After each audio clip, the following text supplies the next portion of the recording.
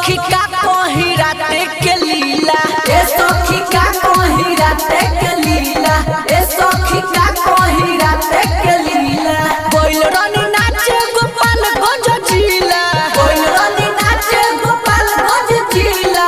झुके समान हमर कोइलन सो गीला, ए सखी का कहीं राते के लीला, ए सखी का कहीं राते के लीला।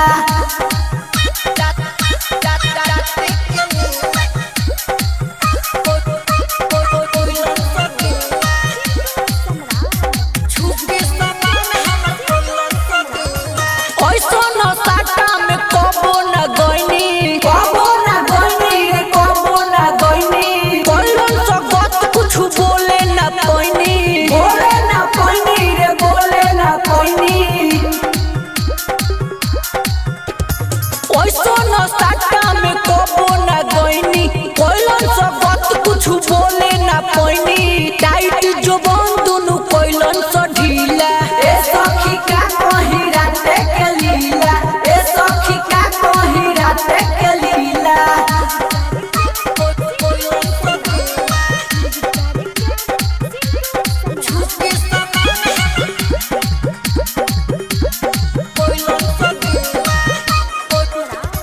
नाम रही छौरा के नीति स्वराज रे, नीति स्वराज सखी नीति स्वराज रे। वही का सखी हमरा लागता लाज रे, लागता लाज बड़ी लागता लाज रे।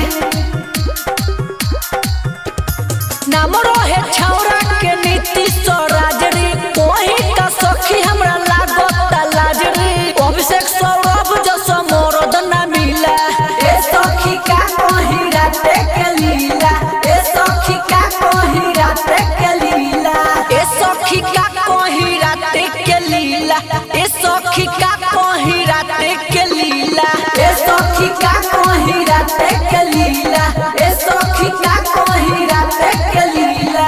बोल रानी नाचे गोपालगंज जिला, बोल रानी नाचे गोपालगंज जिला। झुके समान हमर कोइलन सो गीला, ए सखी का कहीं राते के लीला, ए सखी का कहीं राते के लीला।